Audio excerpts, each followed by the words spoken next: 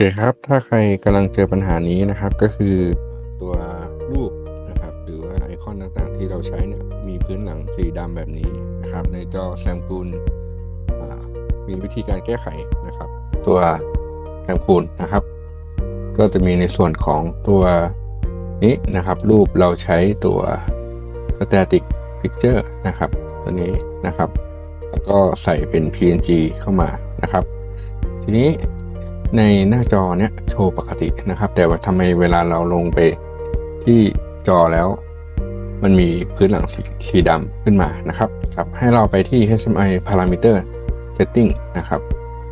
หลังจากนั้นนะครับไปที่ตัว printer and download นะครับแล้วเราก็ติ๊ก keep the original format นะครับ